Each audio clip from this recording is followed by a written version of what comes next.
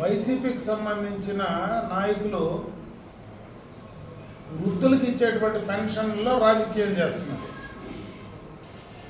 నిన్న క్లియర్ కట్గా కలెక్టర్స్ కాన్ఫరెన్స్లో కలెక్టర్లు చెప్పింది ఏమంటే, ఈరోజు మధ్యాహ్నం 2 గంటల దాకా అకౌంట్లో డబ్బులు లేవు, 2 గంటలకు అకౌంట్లో డబ్బులు వేస్తారు, వేసిన డబ్బులు మీరు పెన్షన్స్ ఇవ్వమని చెప్పి కలెక్టర్ కాన్ఫరెన్స్లో క్లియర్ కట్గా నిన్న జరిగినటువంటి సందర్భం అందరికీ తెలుసు.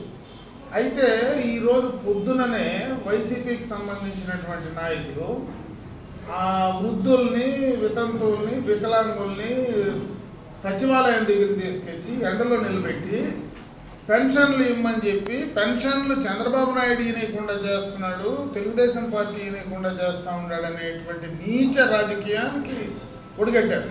దీన్ని బట్టి చూస్తే ఓడిపోతామని ఎంత భయపడుతున్నారో ఎంతకంటే చెప్పాల్సిన అవసరం లేదు. కనీసం వృద్ధుల్ని అడ్డం పెట్టుకొని రాజకీయం చేసేటువంటి నీచ స్థాయికి దిగజారినారంటే వీళ్ళని ఏమనాలో అర్థం కావడం లేదు.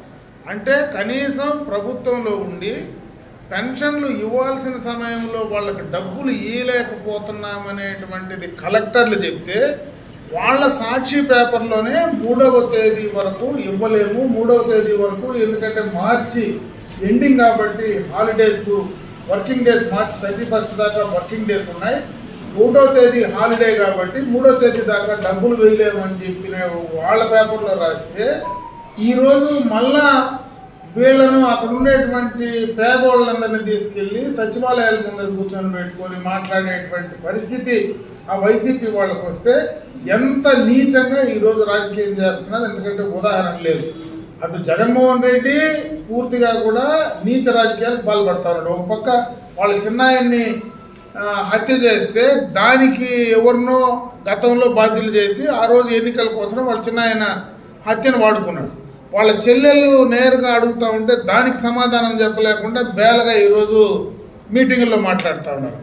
ఆ పార్టీకి సంబంధించినటువంటి నాయకులు జగన్మోహన్ రెడ్డిని ఆదర్శంగా తీసుకొని గ్రామాల్లో ఉండేటువంటి పేదలతో కూడా రాజకీయం చేసే పరిస్థితికి వచ్చినారంటే ఈ ఎన్నికల్లో చిత్తుగా ఓడిపోతామని ఎంత భయపడుతున్నారో ఇంతకంటే చెప్పాల్సిన పని లేదు. ఈరోజు ఎలక్షన్ కమిషన్ ఏదైతే నిర్ణయం తీసుకున్నదో, ఆ సచివాలయ ఉద్యోగుల ద్వారా ఏదైతే పెన్షన్లు పంపిణీ చేయాలని నిర్ణయం తీసుకున్నదో, ముందు ప్రభుత్వం నుంచి రావాల్సిన డబ్బులు వెంటనే వేయాలి.